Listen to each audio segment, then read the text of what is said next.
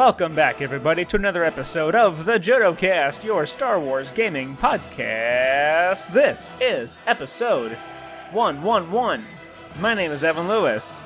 I'm, of course, joined by Leo Andry. Here I am. Rock you like a hurricane. And Joe Latovsky. Hey, shout out to everybody's pets. Yeah, where's my kitty? That's my thing. I'm going to be doing shout outs now. Too late. That's your thing.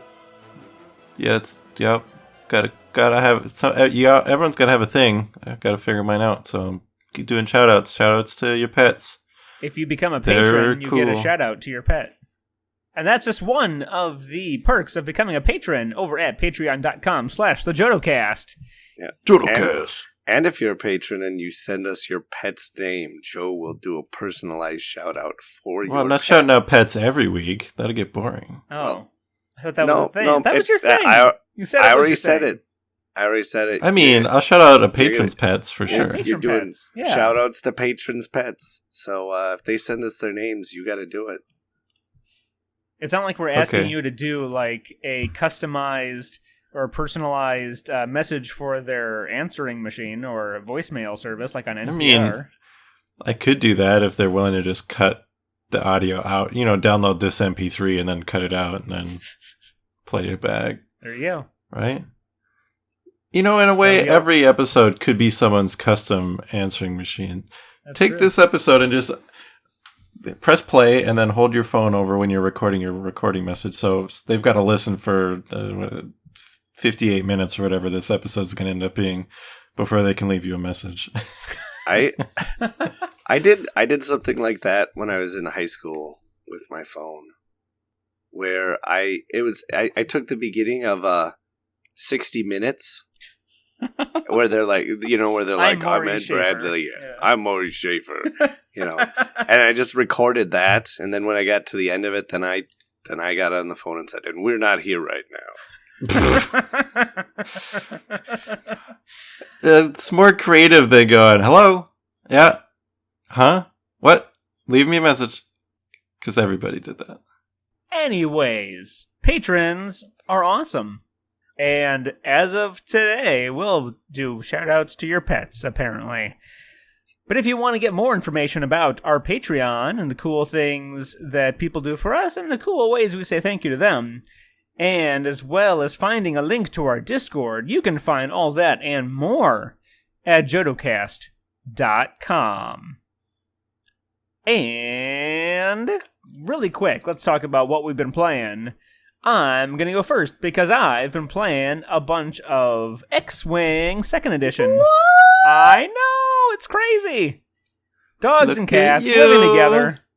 And it's been going well for me. I just had to, learn how to pilot. It took me 8 years to learn how to pilot effectively. But you finally got your wings. I did.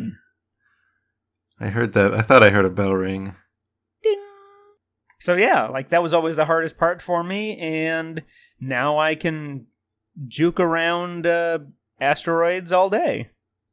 I played a really quickly thrown together scum squad a couple weeks ago, and then just yesterday played a hastily thrown together rebel squad from my old ships, because I couldn't make the squad that I wanted to make because in my conversion kit for the Rebel Alliance, I wound up with 2 copies of page 5 of 6.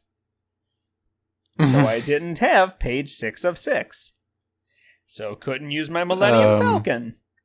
Have you contacted support? Oh yeah. And so far they've only been really good about sending me replacement stuff. So I have no doubt that it will be here shortly. Yeah, I'm sure they'll replace that. Oh yeah, or get you that. But I flew Wedge and Thane and Nora, and it went very well. I played some X-Wing as well.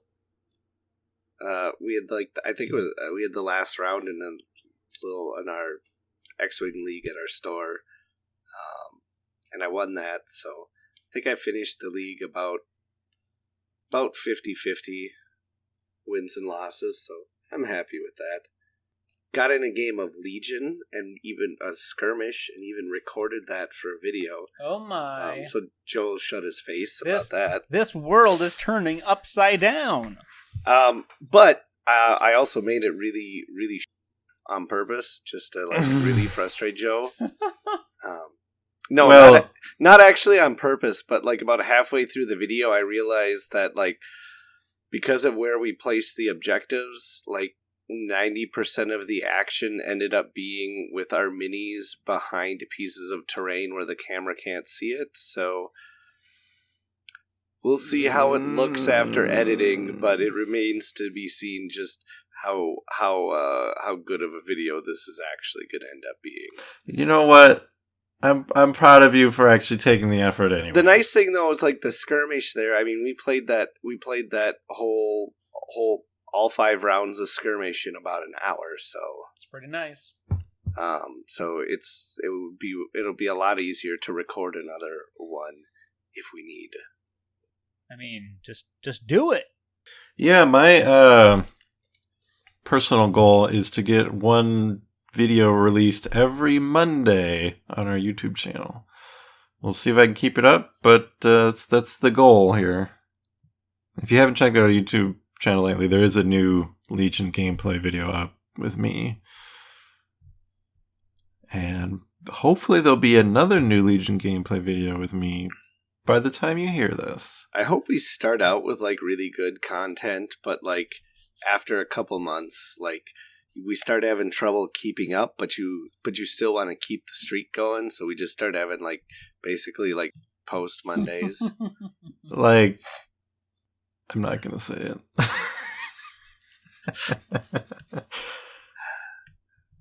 I'm not gonna disparage other creators. Not publicly. It's gonna be just videos of you if I didn't try and make them as nicely edited as I do, it would be a lot easier. As it is, the last Legion video took me over a week to edit, so this next one I've got to get done before Monday. That's the price we pay for perfection. I've been playing Legion, a lot of Legion actually, since we last talked about what we've been playing. I got in some skirmish games and got my butt kicked, and I got in some practice games and got my butt kicked, and been playing a lot of Legion, trying to figure out what I want to play for Worlds. I've also played some epic duels, which is as good as ever. That game is great. There'll be a video of that in the future. Played some Star Wars Blast Panel Battles. That video is already up. Just a great, real, super serious game. Which it made me think that maybe some future content should be reviewing Star Wars games on how good a drinking games they would make. Because Blast Panel Battles would probably make a decent drinking game. So would Loop and Chewy. Rebellion, probably not a great drinking game. Yeah, I can't really see that. What about Outer Rim? That'd be a good game to have drinks while playing, but not a game that you could incorporate drinking into the rules very well. Okay. Legion's a great drinking game. Every time you roll a blank, take a shot. Oh dear. Or maybe not a whole shot. I hope you're playing skirmish. Take a swig from your drink. I think that's all I've been playing. Epic Duels, Blast Panel Battles, Legion. I don't think I played Battlefront in a while. Yep, that's me. Okay. Well, that was a quick one. Also, I played the Star Wars role-playing game. Oh! Because we did Clumsy and Random recently that I think was fantastic. If you haven't listened to that, check it out. It's about a burrito. And we also actually we started our Discord campaign, which actually went really well. So if you want to play with us, just hop on Discord and check out the role-playing game channel, because we've set up a role-playing thing where you can participate as much or as little as you want, and it's fine. You can play for 10 minutes, and that's it, and that's fine. We've meticulously designed this experience for any level of commitment. So do folks need to own any of the Nothing books? at all. Nothing. You need to own absolutely nothing. It helps to own the stuff, but you don't actually have to own anything. The first mission went well, and I successfully put them in a really hard spot that made them feel really bad. Oh, that's always the goal. Because they had to choose between getting paid or not sending somebody back to their abusive family. Oh, They my chose to gosh. get paid. Wow. All right. It's good. It's good. Yeah. Moral dilemmas are important in role playing. But I those mean, I pulled it straight from a Red Dead Online mission where you're hired to go rescue a girl who's been kidnapped, only to find out that she ran away from her evil father with the man she loves. And now you have to choose: do you let them go or turn her in for the money? Obviously, you pull a Mandalorian, you turn her in and get the money, and then come back and just fucking kill everybody. That's what they wanted to do, but the problem with the way we're running it is these sessions have to be done and they have to get back to base by the time we wrap it up, because who knows if these players are going to be participating the next time. So they have to be rather self-contained. So when they went to drop off the bounty, the person picking up had way more armed guards than they could feasibly ever want to deal with, and there was nothing they could do. But the characters aren't dead, and who knows, maybe they'll show up again with some grudges or other things. All right. So the topic du jour is, well, actually, this topic is only about Destiny. a week. Well, no, it's Couple closer to weeks. a couple weeks now. I mean, but it's worth talking about. We'll cut right to the chase. Destiny is done. Destiny is your game next? It might be. Is that right? Is that how journalism works these days? We have to fearmonger. So Star Wars Destiny, founded circa 2017. Winter 2016. 16? Oh my gosh, it's that old? I think it started December 16. I think. I think you're right. Because we are journalists, we're more interested in fear-mongering than getting facts right. No, we are good journalists. November 2016. We're close. Oh, because because you're right. We were playing the demo at Worlds over and over and over again, and that was 2016. Yep. Journalistic integrity, folks. All right. So we were demoing all through 16, and the game had its it had a pre-release. Was that November? I don't think that was November. If it was, it was, but my memory is shoddy. I'm getting old. I don't think it had a pre-release. I think they just had launch parties. Yeah, well, I would have sworn up and down it was a pre-release. It wasn't a pre-release. It was a launch party. It's just stores at the start had so little product that basically at those launch parties, they sold everything they had. And then it was like weeks and months before stores were able to get any more booster boxes in after that. So it felt like a pre-release because we had all the product. There was just no product to be had for like a month or whatever after launch. Yeah. So, obviously, if people follow FFG News, their Twitter, or check the website every day, hitting F5 every hour or so, or every 30 minutes or so, you will know that Star Wars Destiny, the collectible card and dice game, finished up.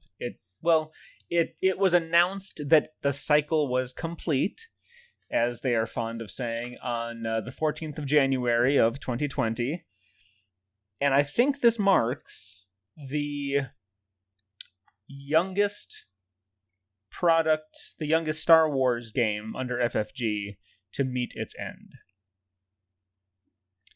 And I'm not sure where else to start except to just simply go through the years, give our impressions of the game, and where we think this leaves the card space going forward.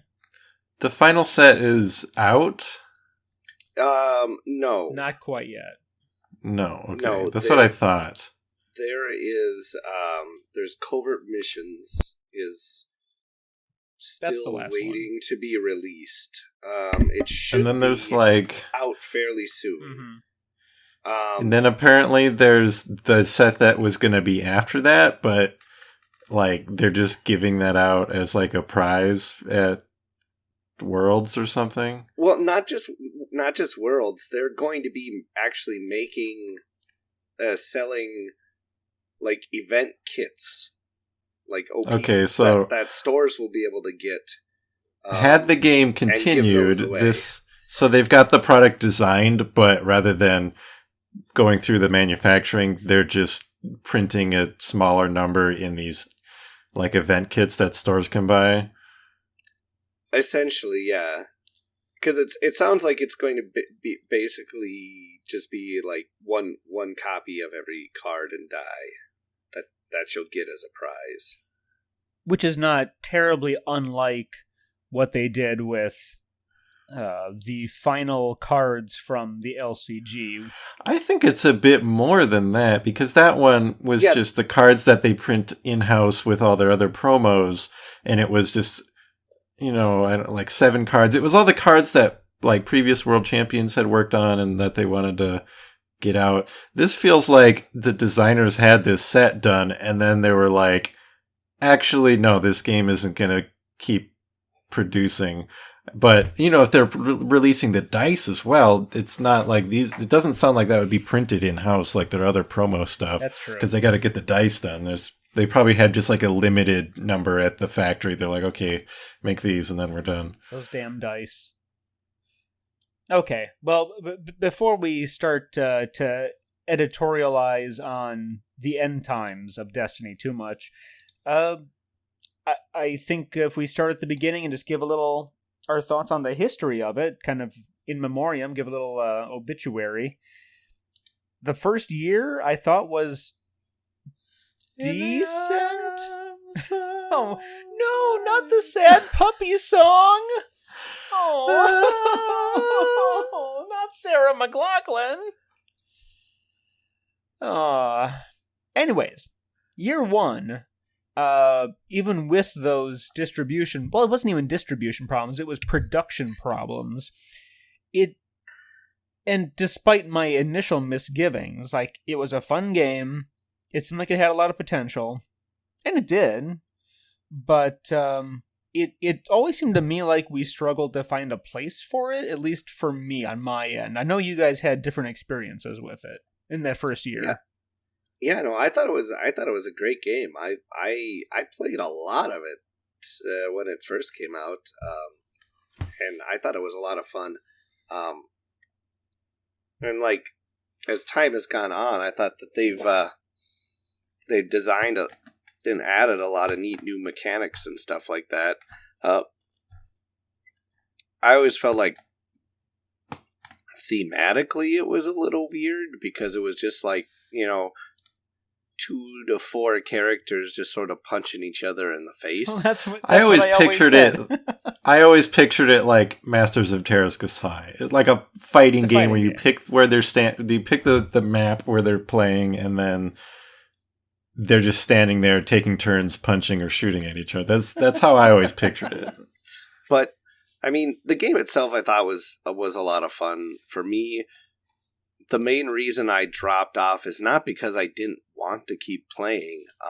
And there's still a regular play group at my local game store that gets together weekly and has Destiny nights, and usually has at least one sort of event a month, like for like tournament type thing. So it's not like I couldn't play if I wanted to. It's just number one, Legion was taking up more and more of my time, and number two, I just got sick of dealing with the dice. When I hated having to find a place to store all my dice and sort them, and when it came time to build decks and you had to dig through all the dice to find the dice you needed for your deck, and I don't know, the idea was neat. It was a fun mechanic. I just thought it ended up making deck building and storage of the game when you're not playing way more of a pain in the ass than it needed to be.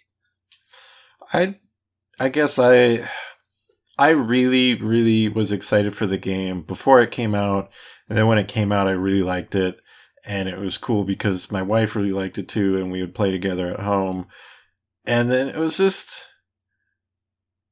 like what burned me out on it was just the collectible aspect of it. Like, I'm like, oh, okay, that card I really want. Let's buy 1 million boosters and hope I get it, or spend, $30 on eBay or what.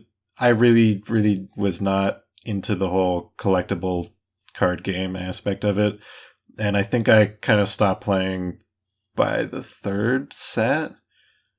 Before they got to like the white boxes, I think I got like a couple couple packs of like the white boxes, and then I was done. I understand that. I mean, collectible card games are not for everybody. And that being said, that's why also like towards the end of my playing time, I started doing draft.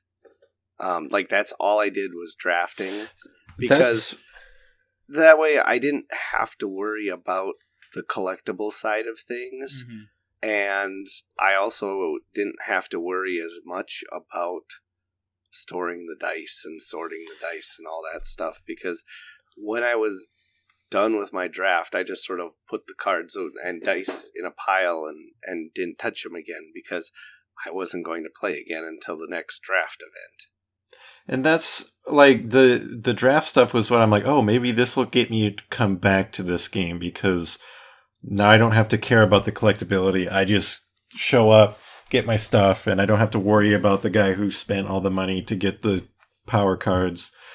And then the draft packs were like delayed by forever. Like the day they were supposed to come out, they weren't there.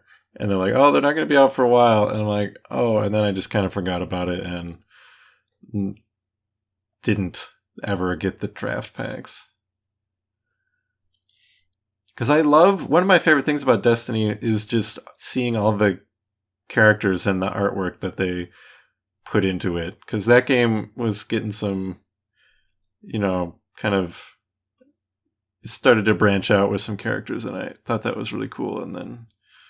Yeah, so in 2017, in that first year, we had the first starter set, which was Force Awakens, Rey, and Kylo. Well, in the cycle itself, was it the cycle or just the first pack? It was the Awakenings cycle, right?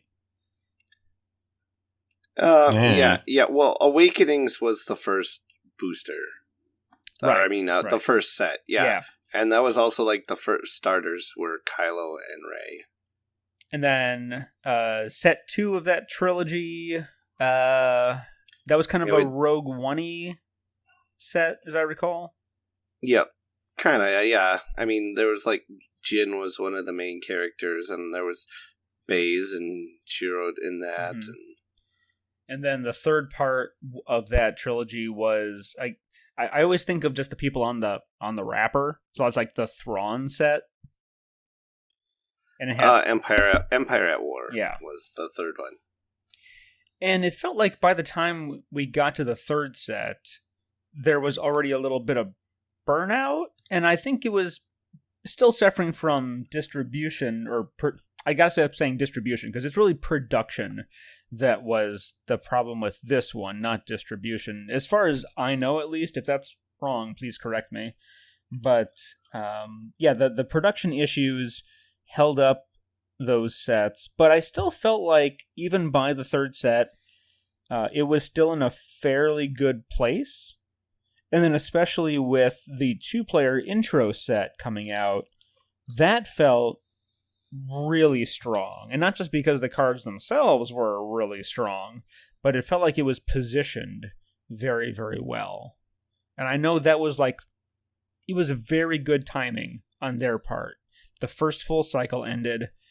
The Last Jedi was coming out, and they had this Last Jedi themed 2-player intro set with really good playable cards. And it felt like it was just very stable at that point, at the end of 2017. And that's when they released they tried to release the draft set. Was it right at the end of 2017? Or at least early 2018? Yeah, it came out in February, if I remember right, of 2018. That first draft set. Okay. And then the next starter was about the same time, as I recall. And that was the Luke and Han versus Boba Fett and Stormtrooper? I think it was Stormtrooper. Unless if I'm wrong there, correct me there. I honestly don't remember. But that whole block of time, from the 2-player intro set to the draft set and the second cycle with the second set of starters, it felt like it was stable. And that's also when they introduced drafting, but they also introduced sealed format. And sealed format, for me, is my favorite with collectible card games. Because you're not competing for other people for the best cards out of 6 packs. You just have, or I guess in this case it was 8 packs for sealed? I don't remember. I never actually did sealed. I would have loved to have done sealed. And I never got to. Like, it was in this time that I went out of my way to see when Destiny events were happening in my area and try to go to them.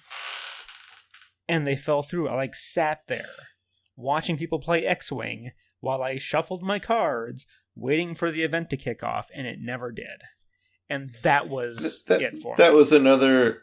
The expense of gambling on the game was the number one reason I kind of backed away from it, but it also just kind of died out locally.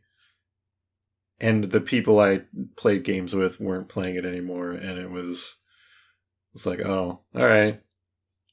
More time for Imperial Assault and Legion, I guess. Mm-hmm. Yeah, well, and the fact that you had Imperial Assault is good as a kind of a miracle in and of itself. I feel like sometimes, though, you have to be the community you want. You're not wrong. Frankly, the only reason our Destiny community is what it is in town here is because of a few dedicated guys who really like the game, and they put the effort into running the events and stuff like that. I mean, like, my stores are like, yeah, fine, as long as people are showing up, we'll buy the kits and get the product and stuff. But basically, he was just like, you plan it, you announce it. When the kits would come in, he would basically just hand over the kits to the guy who was running the events, and he was in charge of handing out all the promos and everything like that and stuff. And other than paying for the kits and, collecting the entry fees, the store basically had no involvement in it. And I've kind of had a similar thing with Legion, where the local store had a few events and stuff right around the launch of Legion, and then just kind of nothing happened. So I sort of took it upon myself to just start scheduling leagues and stuff like that. And then I worked with the store owner, and I'm sort of now I'm basically in the same situation with Legion with this, where he buys the kits and stuff, but I basically run the league. I set up the tournaments and all that kind of stuff. And we've got a pretty good group of Legion people here in town. But if I just let the store handle it, Legion would probably be, I mean, there would be a handful of us maybe playing every now and then, but we would not have the group we do now. And then, and like you said, it's the same thing with Destiny. I mean, like our store just, you know, like they do Magic because that's where all their money comes in from. There's not enough money in Destiny for them to put too much effort into running it themselves. So it kind of falls to the community to run it themselves. And I was lucky enough to have that here. A lot of places weren't.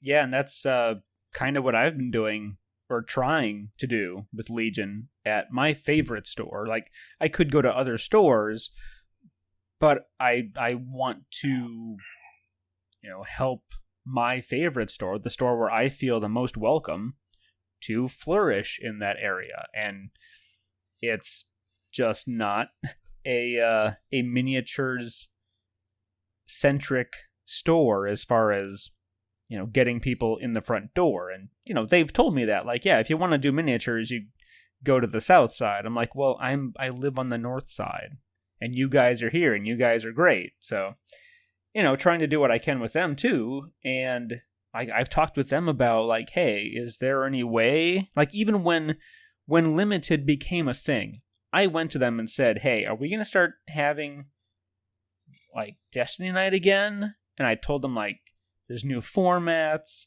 they got this, they got rotation planned, they got draft coming, and they bought more product, they still have it on their shelves, they've marked it down, and they just can't move it. And I did want to touch on one other thing earlier, when Joe mentioned that it was the collectible blind buying aspect that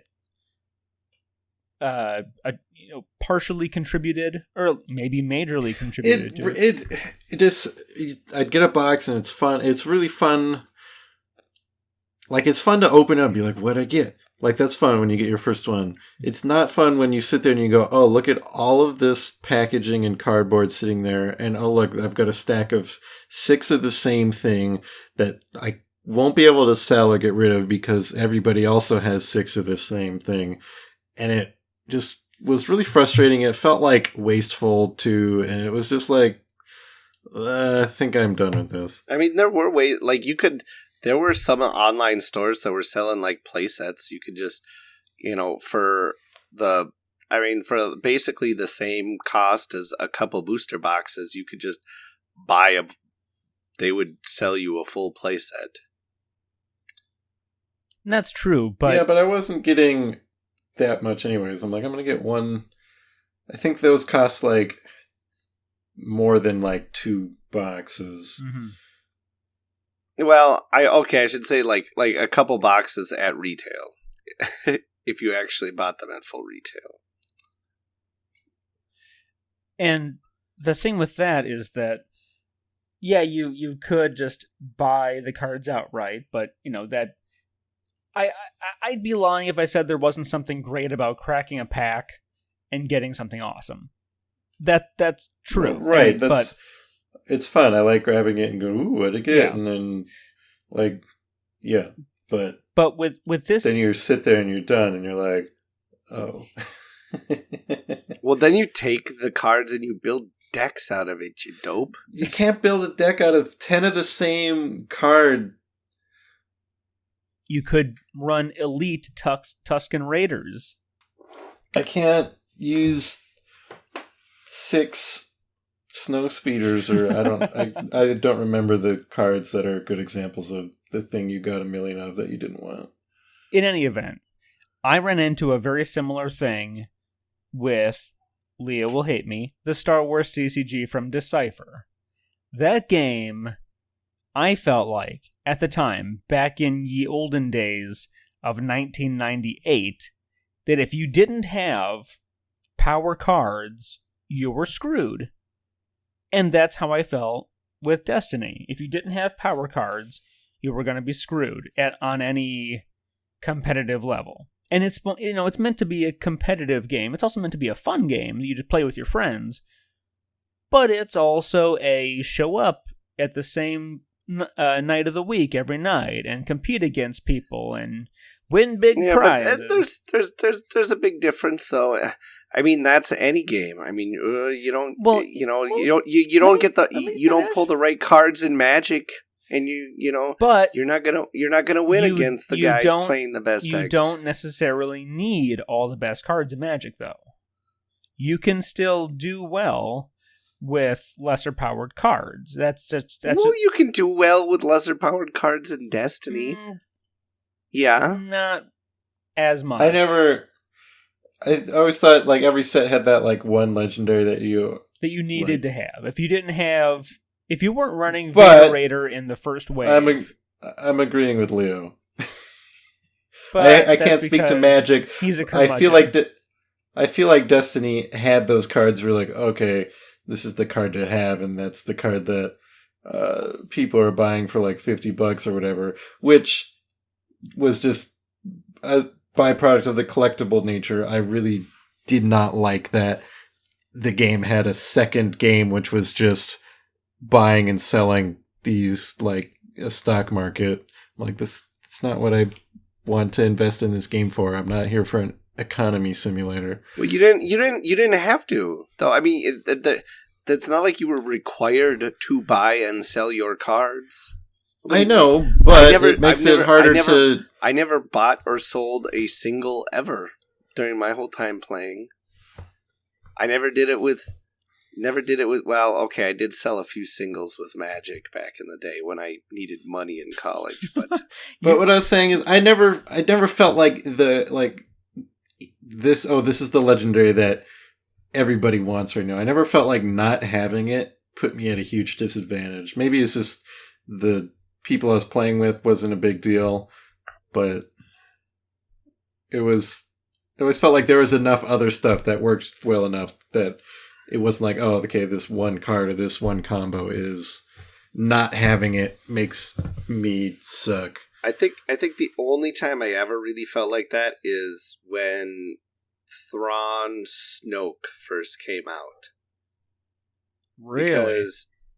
Because Thrawn Snoke, before they nerfed that combination, you could generate resources so fast that you could drop the Super Star Destroyer card. I don't even remember what it is, but it did stupid amounts of damage, and you could drop that thing out on, in like the second round or whatever. So, and there was one guy we played with who really loved his Thrawn Snoke and just loved whooping everybody's ass with it. But that was honestly like the only time I ever really felt like, doesn't matter what I play, I can't do anything against this. And that they did errata that to nerf that combo eventually, and then it went away. But other than that, I never really felt like there was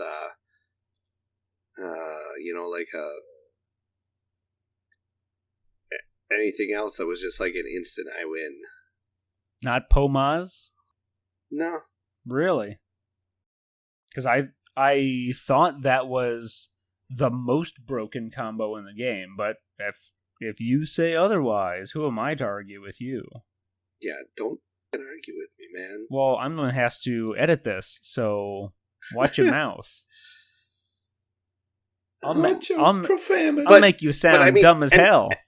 And not only that, I would say like you can't compare the rarity stuff to like the old CCG, because they had they pulled the like, they didn't just do like common, uncommon, rare. They pulled like, because they had they had like 3 different levels of rare. So there was rare cards that were just rare, but then there were like ultra rare cards and stuff too. That's what the Star Wars miniatures game was like too. There was rare and then ultra rare. Like if you wanted that Darth Revan, good luck. Yeah, there wasn't even like, I think it was like they had weird rankings. They were just like, it was like rare 1, rare 2, and rare 3. And we need to say hello, patron, joining us in recording. I ain't saying hi to him. Oh my goodness. How rude. That's true. Yeah, how rude. Okay, so we're talking about the end of 2017, the early part of 2018, and I was riding pretty high, like I said, in that space between 2-player intro set, draft set, and the second cycle's starter sets. Like, I thought those were hot, I thought those were awesome, and like I even built a cube during that time frame. Like I was high on that game at that point. I thought that was terrific. But I had already noticed like a downtick in my area. Like I said, I just couldn't find anybody to play with, and I was always the guy with the card. So if I managed to get someone else to play with me, it was usually like, here, use this other deck that I made. So for me, it just kind of fell apart because I had so few people to play with. I talked Christian into buying the 2-player intro set, which is great. But then that was kind of it. It was just me fiddling through cards. So what was 2018 like for you guys going into the next set? I feel like I had already stopped playing. I think shortly after that 2-player box came out is when I was done. Because I know I was still into it when that 2-player box came out, because I remember finding them like, oh, this is cool, and my wife and I were excited. We bought 2 copies of it and played it, and then, 2018 must have been when I was just like, I can't keep up with this. Yeah, I still kept playing through, like, I still bought, boxes of, a couple boxes of, booster boxes of Legacies, and still played pretty heavy through that. But I think around, after Legacies, the next one, Way of the Force, I think Way of the Force is when I sort of moved to mostly just drafting at that point. I might have still bought one booster box of Way of the Force. I can't remember. But then the next one, the last one of that cycle Across the Galaxy, I definitely didn't buy one of a booster box of that. Then I know the only way I played that was drafting, and then then after that I think I was done. I don't think I played any Spark of Hope or anything beyond that at all. And our patron joining us in chat, White Fox, brings up a good point. They were even selling the 2-player set in Target. And that seemed like really good positioning. Somehow or other, Target has become the big box store leader in distributing niche hobby gaming, because they carry the D&D starter set and essentials kit, and they're going to start carrying Games Workshop Warhammer paints as well.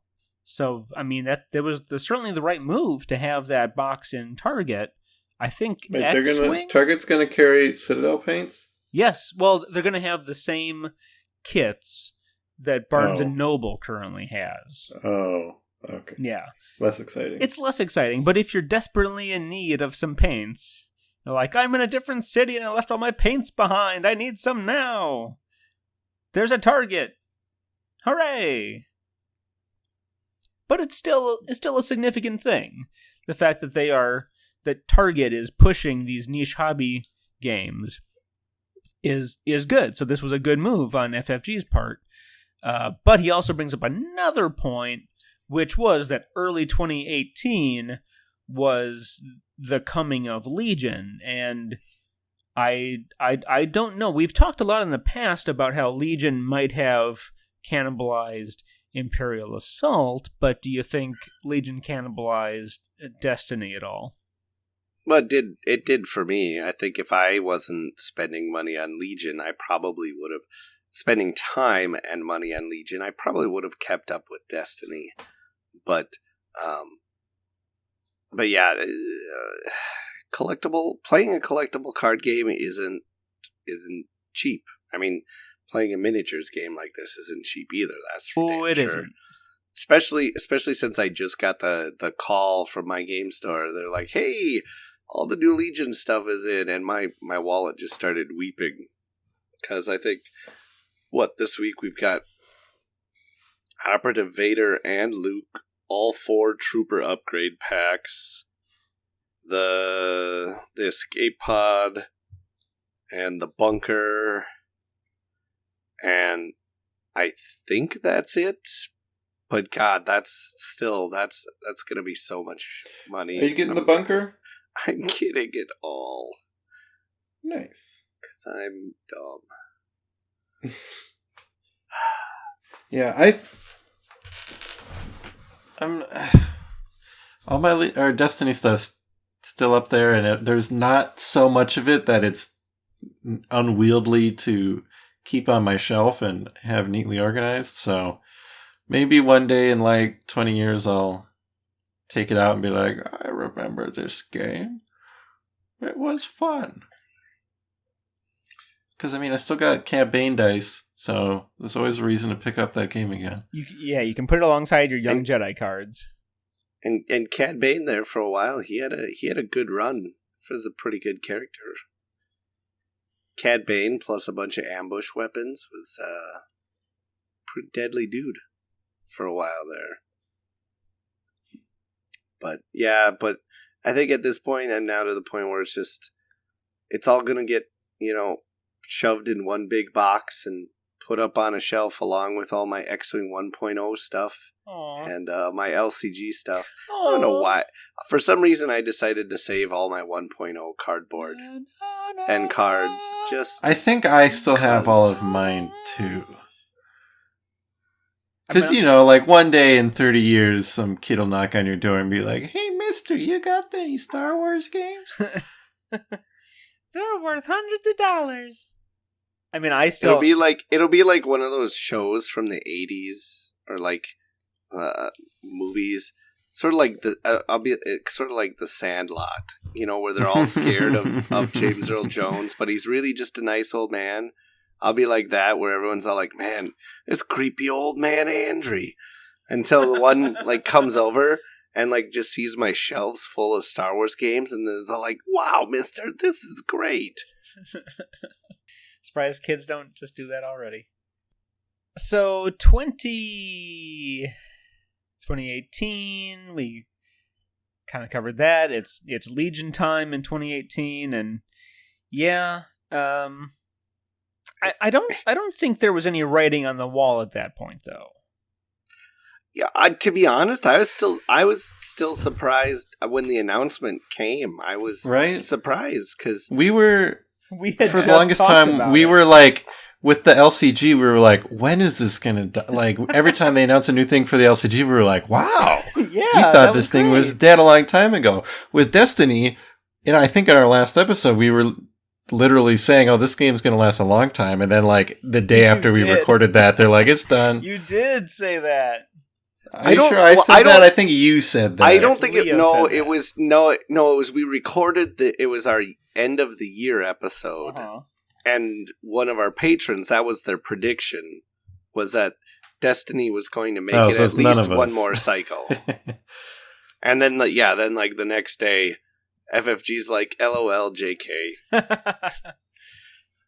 Oh yeah, and White Fox also brings up 2018 was also X-Wing 2nd edition. Oh yeah, there we go. That's another time of money sink, because I got back into playing X-Wing thanks to 2nd edition. So And second edition is pretty great, I will say. But yeah, I mean, I guess, like I said, I guess I was surprised. I was still surprised because, and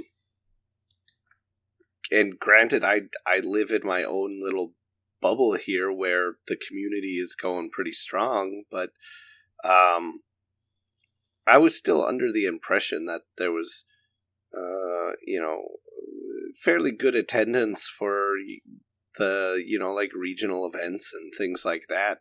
So I unlike, like you said, the LCG is like, there was like 10 people playing it, and they for the last like 2 years of the game's life, and hey, and they, I mean, it's fine that you were one of those 10 people, Evan, but yeah, so it always seemed like Destiny still had a fairly decent community going, that and so I don't know if it's what exactly happened, if it's just that like the profit margin, because of the dice production, I imagine profit margins are much lower on Destiny versus, like the LCG or something like that. And I know there's a lot of people, there's a lot of rumors about how, the private equity firm or whatever it is that owns Asmodee is, they doing private equity firm things where they buy it, try and cut costs to get some money out of it, and then sell it again. So, Destiny may have just fallen victim to that bullshit. That's likely the same reason we saw, Fantasy Flight Interactive. That whole department just got shut down recently. Granted, they basically put out nothing. They put out that Lord of the Rings card game, and they had announced that they were going to start doing a digital version of the Game of Thrones card game, but I don't know. The digital version of Lord of the Rings didn't impress me that much, so that's not the worst loss in the world, I guess. I obviously I feel bad for these people who lost their jobs and stuff. It's a terrible loss for them, but I don't.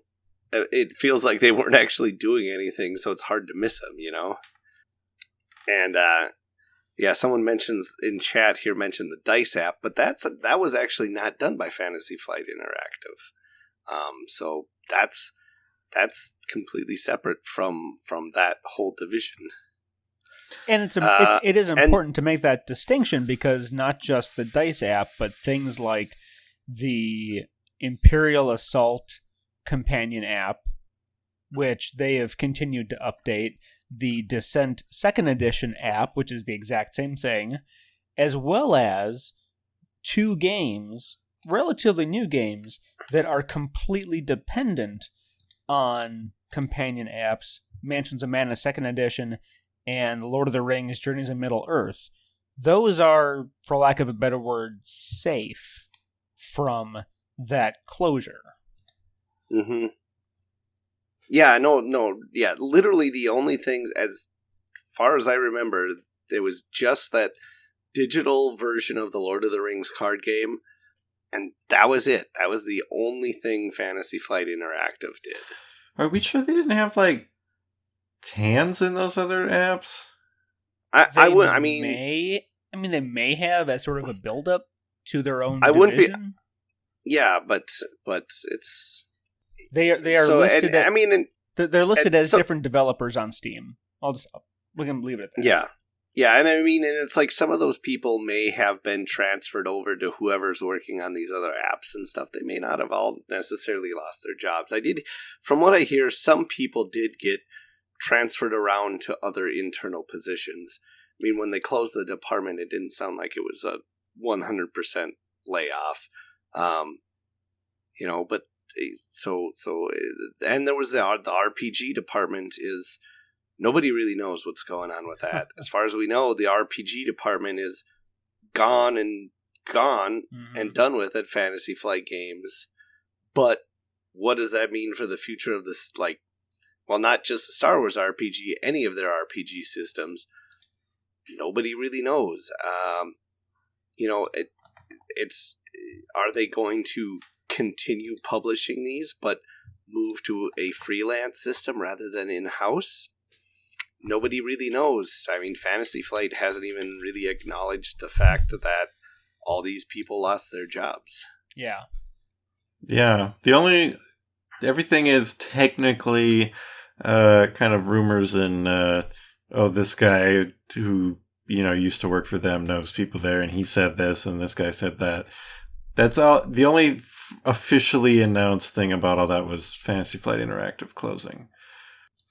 I have no reason to believe that all the the RPG department and any other layoffs happening. I believe that's 100% happening, but technically the company hasn't said anything about it yet, which is a shame. Yeah, the only other one that we know for sure, and I think it was just before this, which is telling. The guy that was sort of the face of FFG PR was, I'm gonna get it wrong because I'm a horrible journalist. Is it Andrew Navarro, or is that I'm thinking of somebody else? No, Andrew Navarro. He's like the head of the whole. Yeah. Okay, that's all right. So I didn't get it wrong. Okay, but yeah, he's the one that we would see like standing up at the in-flight report on a lot of the live streams, talking about what's coming next. And then he left, and then this stuff happened. So, and this is only a year, maybe a year since Christian Peterson also left. I mean, I'm probably getting a bit more conspiracy theory than is reasonable, but it doesn't feel real good. I blame capitalist pigs. Sounds good. Yeah, pretty much. Although these ones are from Europe. That's where Asmodee is. They have pigs in Europe? They do. They're called hogs. No, they are called pigs. That's true. Don't want to insult the hogs out there. Well, and then I suppose 2019... Again, it's we're still talking about Destiny. Yes. Yeah, believe it or not. At this point, though, how much can we talk? By this point, none of us were playing. Well, and we all stopped. I wanted to ask you though, because throughout 17 and 18, there were YouTube channels that seemed like they were really dedicated to this game, and they had their finger on the pulse. And they knew what was wrong with the organized play side, but they stuck with it. They knew what was up. They had good communities. They were doing previews, and I stopped following those people, either because they annoyed me, or simply because they didn't have enough other content that I wanted to pay attention to. What was the rest of the community like at this point? Because I have no idea. I think Leo's the only one who still had or has a local Legion community who... Well, even the greater community outside of our borders. I don't have any idea. I would get excited when they were... I mean, there was still a good community out there. I mean, there was the point where there's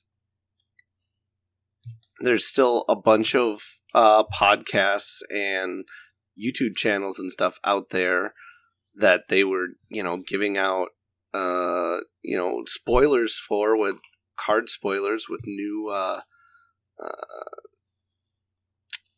when the new sets would come out and stuff like that. So, I don't think it's, like I said, I mean, I didn't feel like it was a dying game in the way that it obviously felt that way about the LCG, where you you knew it was coming. Oh yeah, when we thought it was around every corner. But yeah, I mean, I couldn't even have told you what the community was like for Destiny in 2019, except that, there was that, the Grievous and Obi-Wan starter sets, and they had some cool looking, new set previews. They had vehicles that, finally it was like, oh, I can put a character on a vehicle? Great. This is what you should have had at the beginning, because that's kind of like, a guy in his vehicle, Poe in the X-Wing, Han on the Falcon. Like, that's a thing that goes together. Yeah, but, I mean, I get why they didn't, because, I mean, the whole point of the thing was it was supposed to be more character-focused, but so I get why they didn't have it, but I do like the piloting mechanics and stuff that they've added in. It's really cool, I think. Well, and for me, it always comes down to the flavor and the story, or in Magic, they call us Vorthos players because we care about what's happening in the flavor mix of the cards. And for me, just me, having that synergy of I'm putting this guy on his ship, like, that's a thing that matters. Like in the CCG, you would put Boba Fett on Slave 1, and you'd get stuff, cool bonuses, because that's what it's supposed to be. Yeah, we recently had a discussion on Discord about how theme in games is super important to me, but it never bothered me in Destiny because, like I said, it just pictured like a beat 'em up fighting game, Mortal Kombat style, and that was fine because rolling the dice was fun enough, and still it was still fun to just try and think of the theme of happening. Like, oh, okay, this Tusken threw a stick at Luke Skywalker and killed him or something. I don't know. It's I mean, yeah, from that perspective, it's great. If it's King of Fighters 98, sure. That's we can certainly deal with that. But I won't say that the game itself was not fun. I always said after every game that I played, like, I forgot how fun this game was, and then I would get a resurgence, and I would be like, okay, we're gonna play more of this game, and then it didn't happen, and then I'd sit there with my stacks of cards and my boxes and boxes of dice, staring at it like, well, boys, we got that W, boys. Time to put you away. Time to put you in the closet again. See you in a month or two. And it wasn't for lack of the game being fun. I will just say that. Do you think, either of you, probably more Leo than Joe, but it's a relevant question, one of the last things that I saw was that the competitive side was not where it needed to be, mostly in terms of, I guess, prize distribution. Do you think that the competitive side maybe not being where it needed to be hurt the game, or was it more, I don't know, exposure, advertising, just getting the product out there, having enough product? That was certainly the problem in 2017. I didn't think that was still a problem, but do you think the competitive side lacking hurt it? I think no. I think it had a lot more to do with just set production and issues. It seems like they were never able to figure it out with this game. There was always some kind of delay or up with like 80% of the product, and especially right there at the very beginning, like we talked about at the beginning of the show, where they had the launch party, and I mean, we had a ton of people show up. Like, we had like 40 people at our store launch party, which was the max he could do because that's how much he had product for. And he sold everything. He sold all of his starter decks. He sold all of his booster packs that he had there. And then we had nothing after that for weeks and weeks. So we had no booster packs for doing any kind of prizes for events or anything like that. Nobody could buy anything to get more stuff. We all just sort of, we all were able to play with these half-assed decks we could build with the cards we did have. Yeah, it was bad. But once we finally got the shit in our hands, the game was great. And I think more than anything, it was just product availability throughout the whole game's life that was hurting it most of all. But like I still said, is that I'm still really surprised that the game's dead, because it just, even with all the problems it had, it still didn't feel like it was at the point where it should be dead. Yeah, it was definitely an unexpected death in the family. But that being said, there's bright spots. There is some hope for the future. I do know that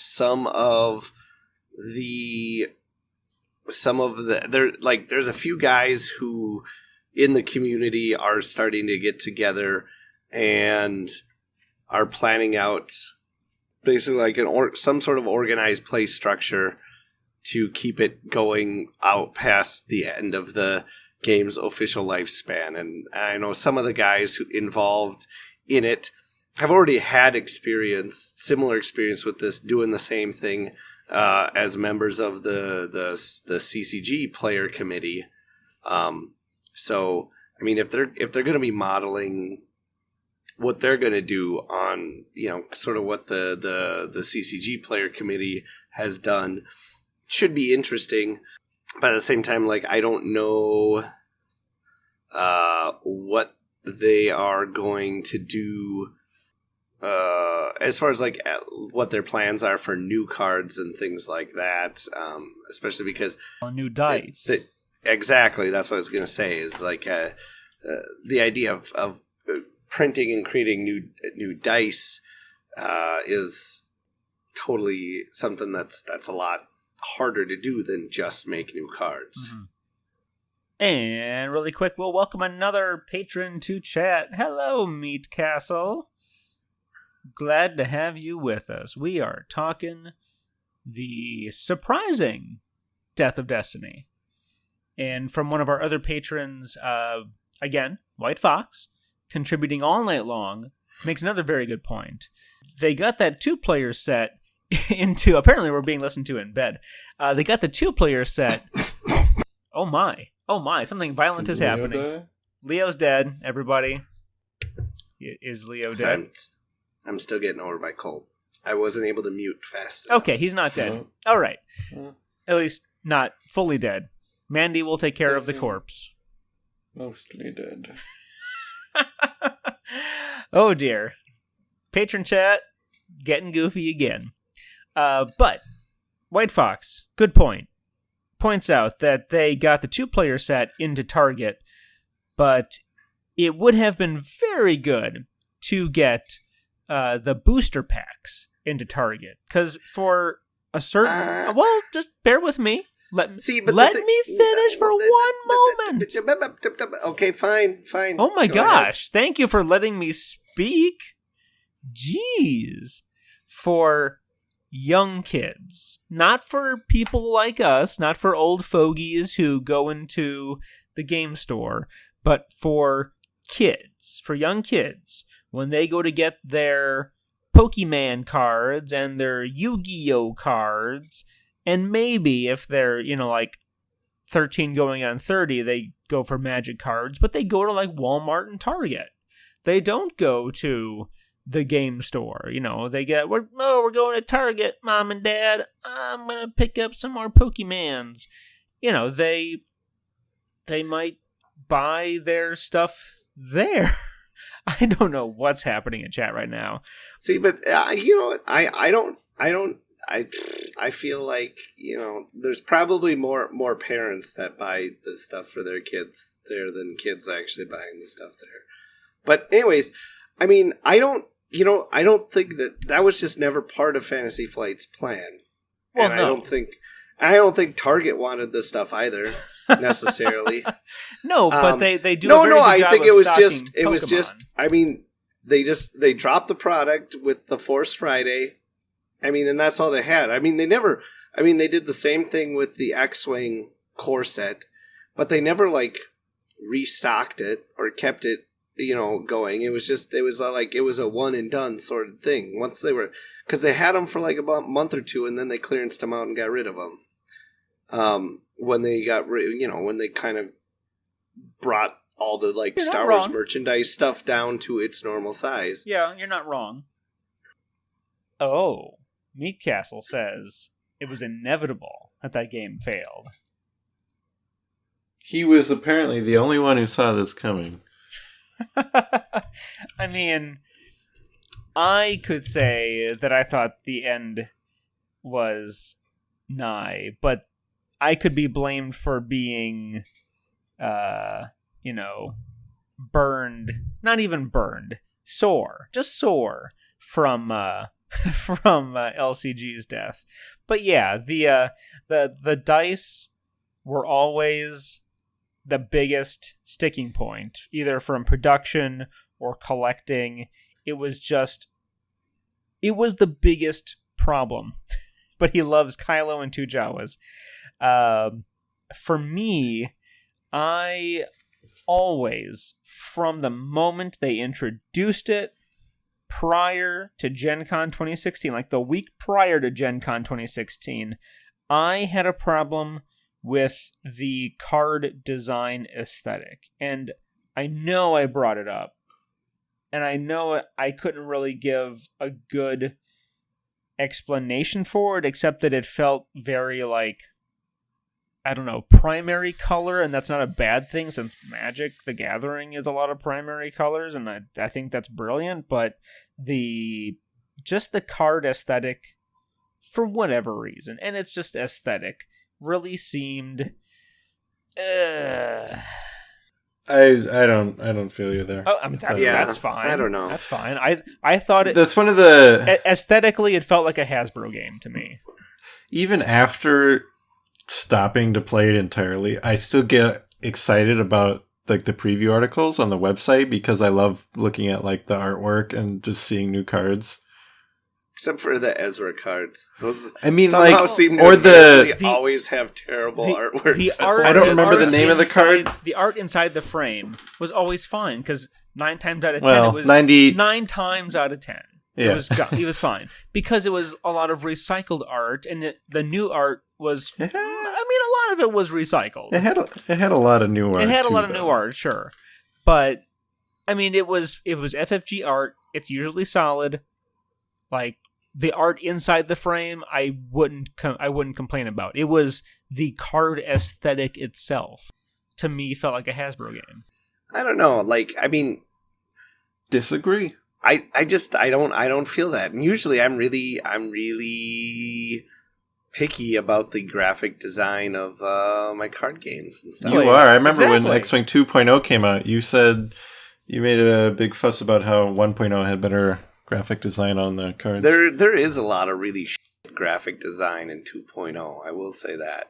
There's really dumb card space usage choices, especially with the upgrades.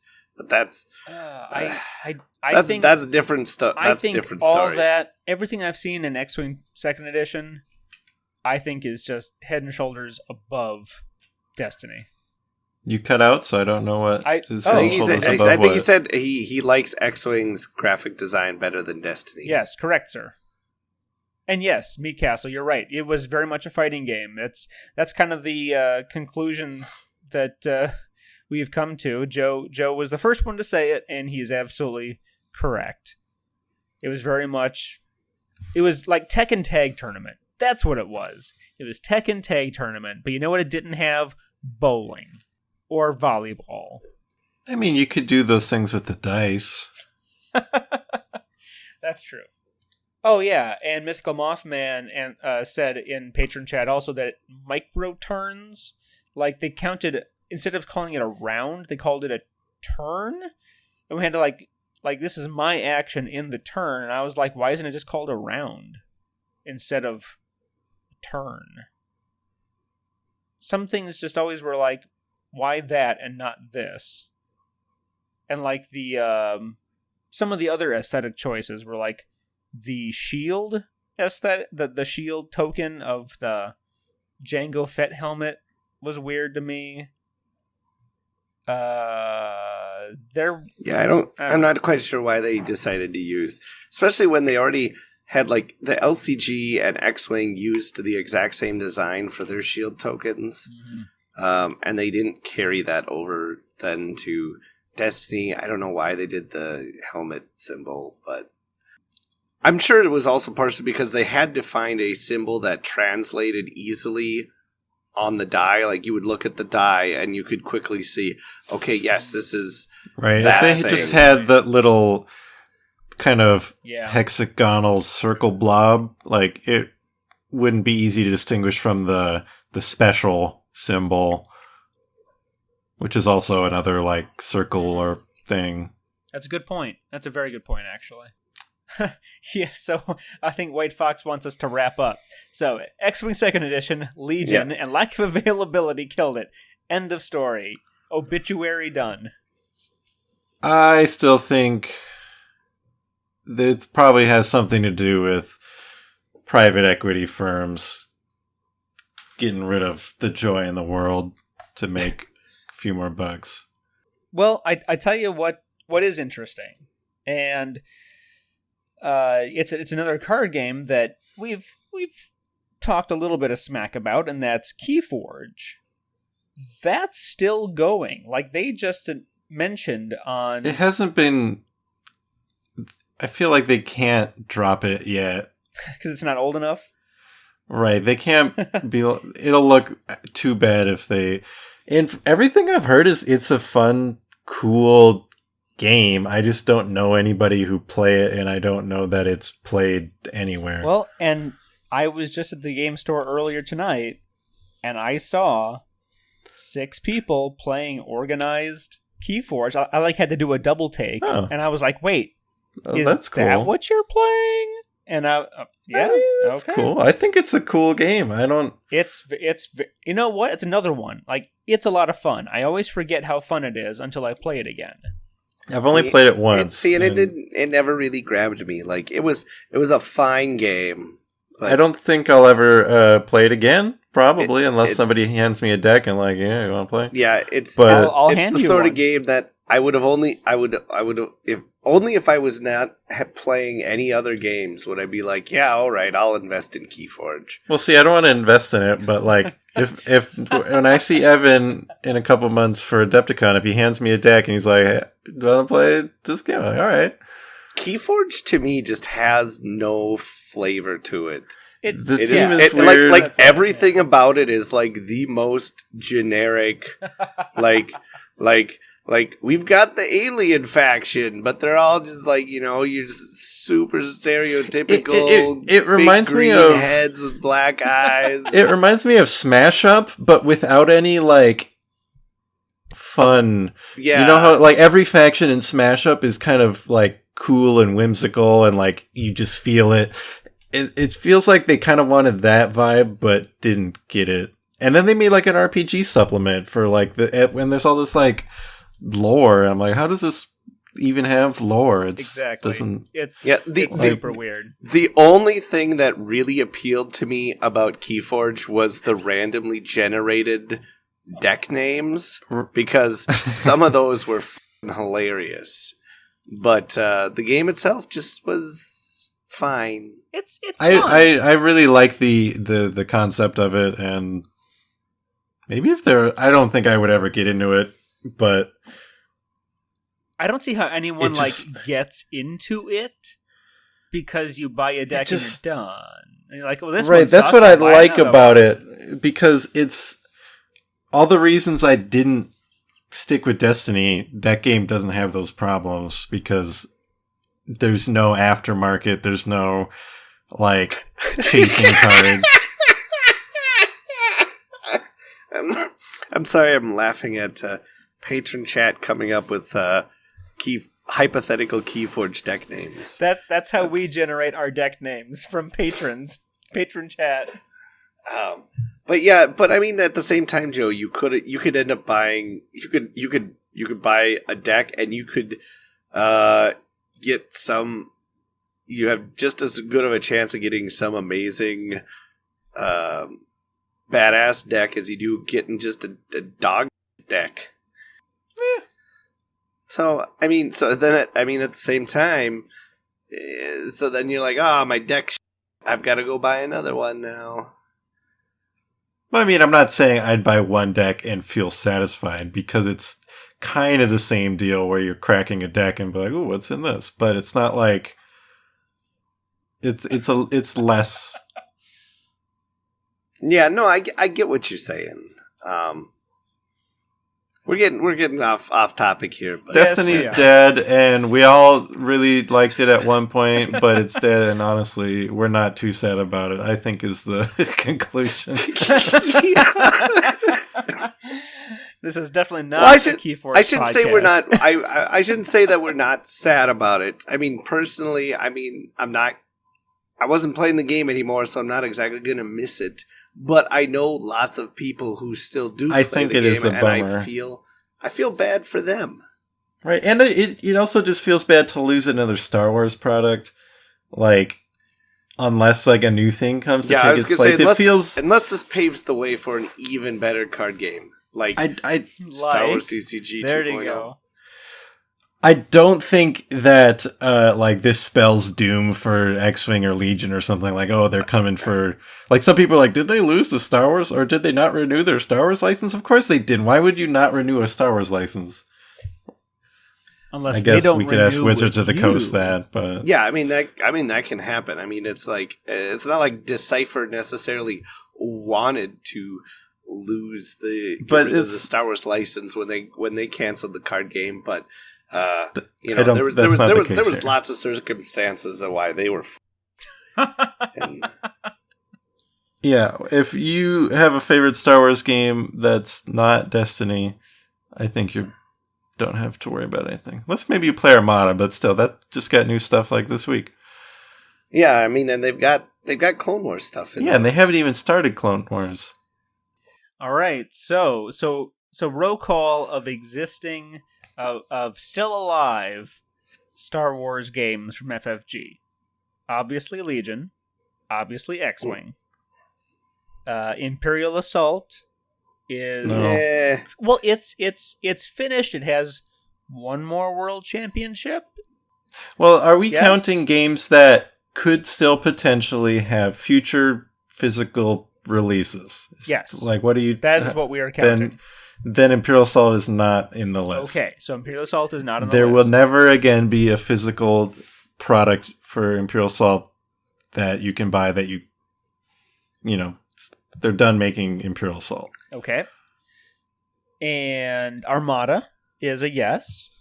Yeah. As far as we know. And so that's 3 miniatures games.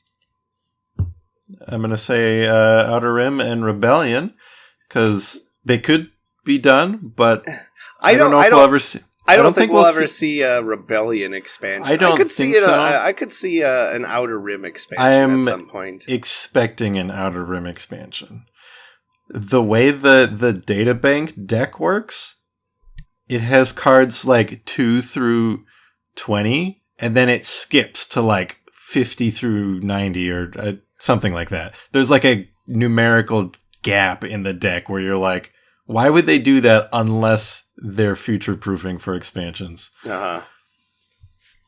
I definitely don't think right now Legion has anything to worry about. If other areas are anything like mine, like right now, my store can barely keep most of its Legion stuff on the shelf. Like as soon as they get in a core set, it's gone. Wow. That's good. Our local store is like doesn't. They can't sell their stuff, even though there's 10 of us who. I don't. It's not like that. Where in the store I play at. Yeah, no, they can't. Obviously, stuff like the premium bases and stuff like that aren't flying off the shelves, and like some of the heroes and stuff aren't. But most of like the basic units, like basic core units and stuff like that, the shelf. As soon as he gets a restock, the shelves are empty again. And so what we've got. Rebellion, Outer Rim, X-Wing, Legion, Armada, and then maybe we'll get a Rebellion versus Empire expansion someday. Empire versus Rebellion? Yeah, because that game was so good. Maybe I'll bring that to Adepticon and Evan and I can make dare. a video. Have you even played it? No. It might not be as bad as you think. I think we only played it like twice. Maybe if we played it like 5 times, then the deeper strategies will be like they'll all of a sudden something will click, and that's the only Star Wars game we'll ever want to play again. Hey, you know what? You give me that game and a bottle of bourbon, and we will have fun. That's fine. That's fine. Okay. I mean, really, if you're like, give me a bottle of whiskey, and I mean, you can have fun with most games. It's true. Point. Yes, you're not wrong. So the question is, if the Star Wars role-playing game is a Destiny or a Legion, or somewhere in between. Yeah. That one's the one that remains up in limbo. We don't really know its status and what's going to be happening with it, which is sad because I love that system. As fond as I am of the old West End Games D6 role-playing game, because it was my first role-playing game ever, and all that stuff back in the day. I honestly think that the narrative dice and everything is like the best. It's the best role-playing system I've ever played, frankly. Wow. Let me, just as in a quick aside, Leo, do you think you'd enjoy that system in other genres? Yeah, no, if I role-played more often and had a group to play regularly with, I definitely would have bought the Genesis book and tried to get people to do that. Nice. But I just frankly don't role play all that often. So I know. Buying the Genesis core book wasn't worth it for me. Yeah. But I think the system itself is brilliant for the most part. And it gave us clumsy and random. There you go. What more do you want? But listeners should light their incense, make their prayers, make their blood sacrifices, and whatever they feel compelled to do to keep the Star Wars RPG, and by extension the other Genesis games, and L5R alive and kicking. Probably just sign up on our Patreon. That might be the... Make your sacrifice. Then we can make more clumsy and random, and they'll see how much people love clumsy and random, and they'll be like, we can't get rid of this. The people need this. All right. Well, that brings us to today. Getting back on Destiny, and like you said, Leo, they've got one more set coming, and then Joe mentioned that they've got those extra cards and dice coming out for organized play kits. So they're certainly getting a send-off. There wasn't much else in the article itself besides, well, we had a great run. Short, though, it was. I don't know if there's too much else on this particular topic that we need to touch on. If anyone's wondering why we didn't say more about some of the other things we heard about, well, we did. We did talk about the layoffs. Those are a thing. That's definitely a thing. But there was less of an official statement about that. And we prefer to talk about what's concrete. And Destiny is certainly concrete. We can certainly talk about that. Outside of that, anybody else have anything else? Do we want to end this on a depressing note of another game gone before its time? Or do you have anything else that you'd like to talk about? No. I'm okay with us going out on a depressing note. All right. Well, that's that. We'll see Destiny on the other side. That That is that.